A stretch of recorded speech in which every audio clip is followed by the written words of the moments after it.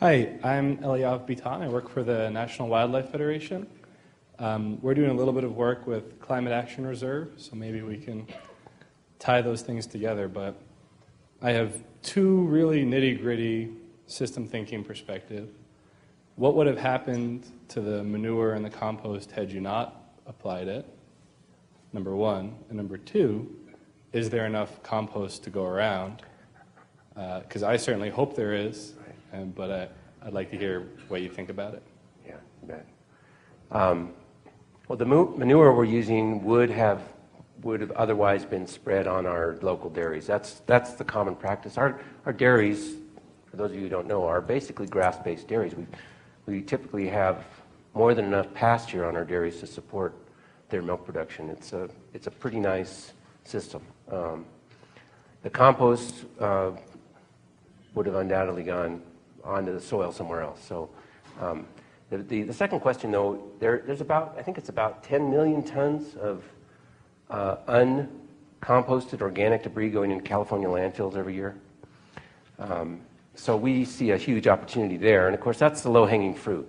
10 million tons is not enough to cover the state, but heck, it's there. It's pretty easy to get, and why not use it? And that would also have been a source of emissions gone to a landfill. So composting that carbonaceous material captures that. Exactly. And then, is there enough to go around? No, but one of the reasons I'm excited about this Creque carbon research project that we're moving into next is that I've worked with a number of ranchers, and I myself have found that many of our creek restoration efforts over the last 25 years or so in Marin County, they've been very successful at a certain level, and we've established willow over dozens of miles of creeks in Marin County, and that willow, typically a royal willow, it's a plant that moves. It grows, it falls over, it roots, it moves.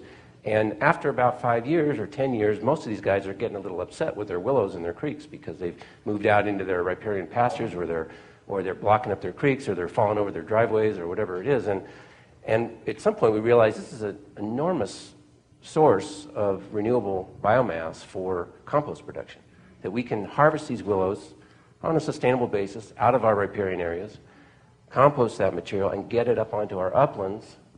And so actually start, instead of having to import organic material or carbon from a landfill or another dairy or somewhere off-site, we can start to use our wetlands, our very, very productive wetland systems, as a source of surplus carbon for our uplands. And that's where I think when we start, like the carbon ranch model, I think that's something we need to think about, is generating that surplus, which we can then use in targeted areas as needed. Dave Jessup from Sylvandale Ranch in Colorado. Could you elaborate a little bit more on the experiments you're doing with high-impact grazing and that strange-looking fence you showed on the picture there, as a kind of a substitute for moving compost around, letting the cattle do what the compost does? Could you tell us more about that? Yeah, absolutely.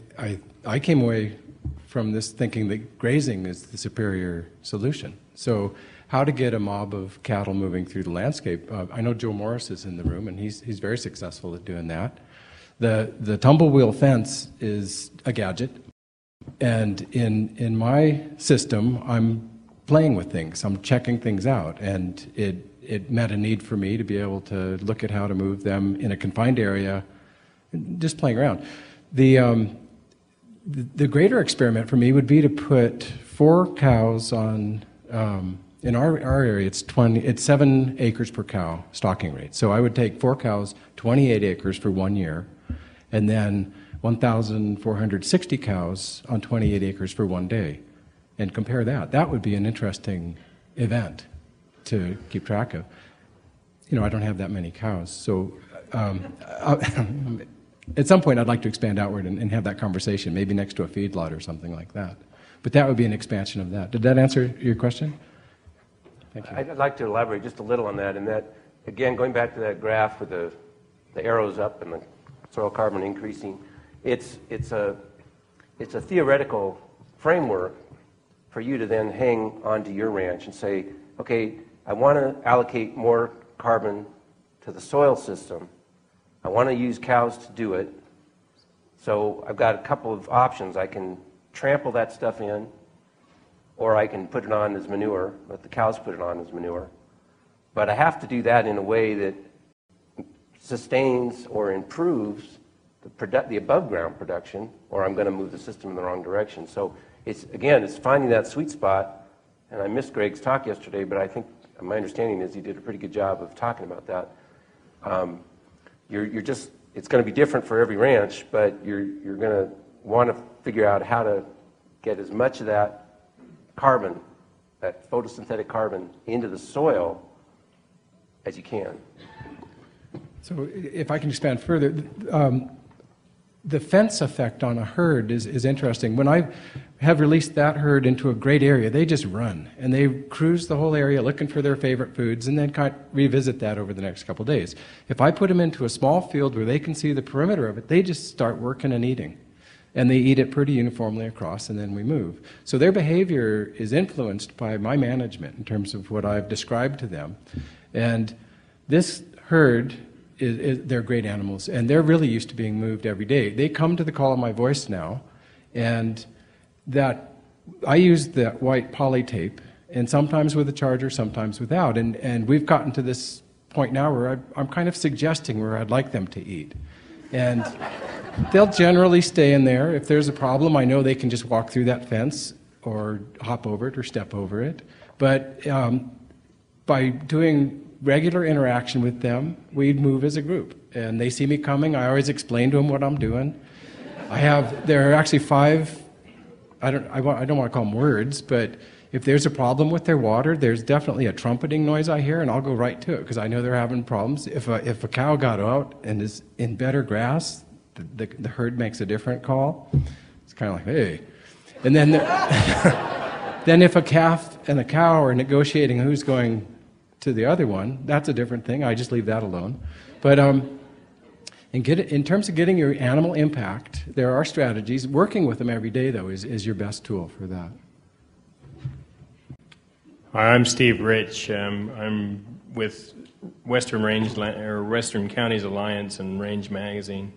You've got a lot of data that you haven't had a chance to analyze. I heard that. But do you have some observations you might like to share? There's some things that can be kind of obvious. I'm not even sure where to begin on that one. It works. It's easy to do. It's fun to do. Cows are a natural fit. They're cooperative. We co-evolved with them for 60,000 years at least. They're just a natural tool for this. And the response in my system is fantastic. It's a great place to be now, and it was scary to me before. I think the nugget for me was this understanding, this sort of epiphany that, we've all worked with soil carbon for a long time. I've been an organic farmer since 1979, and I've been focused on soil carbon throughout that time. But it was seen when we put that compost on and seeing the response of the grass growth and seeing that unexplained extra ton of soil carbon in the soil, when the light went on for me, and I realized that the reason, very probably the reason that grazing systems can work, when they do work, is because however those animals are being managed relative to the grass they're eating, the effect is resulting in an increase in soil carbon. And once you can do that, you start to bump the system up, and its entire behavior begins to change for the better. At the same time, as we've seen globally, most of our rangeland management has been in exactly the opposite direction. We've seen a decline in soil carbon, so we see that enormous amount of degradation globally that we're dealing with now. And so it's really just a matter of understanding what we're doing. And I think soil carbon is the metric that we really want to be focused on now. If we can look at that and keep our attention on that as we manage our systems, we're going to be moving in the right direction. Judy Landris, Corpus Christi, Texas. I don't see where you're at. Oh, thank you. Did I hear you say that your compost is 100% organic dairy manure and corn silage? Is that what you said? Yeah, that's correct. Okay. I read somewhere that about 80% of the corn produced in this country now is genetically engineered corn. Do you use that, or do you care? Did you make any effort to use not genetically engineered corn in your compost? We did. We actually tried to source non-genetically engineered corn, and we weren't able to source. It wasn't silage; it was stover, and stover being dry and really light and easy to transport from the valley, which is a long way away for us. Silage, we would have had to. We would have preferred to use silage, but it's much heavier material. We would have had to bring in a lot more of it because it's mostly water. We're not particularly worried about that genetically modified corn because we're not going to be feeding it to anybody, and we're not going to be propagating from it. So by the time it goes out onto our research plots, it's going to be stabilized compost, not corn.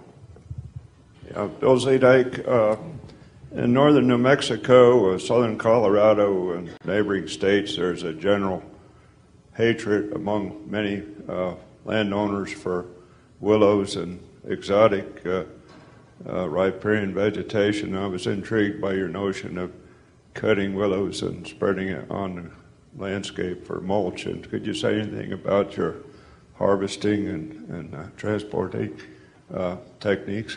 You bet.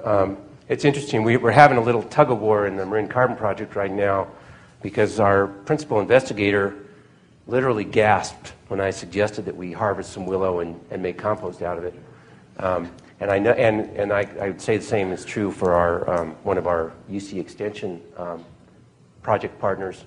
They're horrified at the idea that we might actually be able to harvest some carbon out of our creek systems. But I've been doing that for almost 30 years, very successfully. I've seen wonderful response in the willows. They love to be cut. They love to fall over. They love to break. That's what they do. And taking a little bit of that out of the system every year, if anything, encourages their growth. Basically, my basic strategy is to go in, typically, and I'll just harvest the biggest stems, pull them out of the creek. It's really nice if you've got a cable on a winch to do that. You can stay well away from the creek. There's virtually no impact to the soil. And then you just run that through a chipper and you can make compost out of it. And believe me, there's no negative impact there. You do it out of bird nesting season. You do it towards the end of the summer. The creeks are dry, and the creek stays basically young, vibrant, healthy, and very productive. Its carbon sequestration capacity, I think, is probably enhanced because you're getting the senescent trees out of there.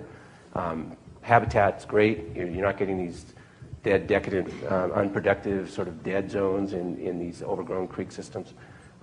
If you want to maintain some of that for specific wildlife habitat, of course, you have that option. So I think it's just one of many strategies to look at.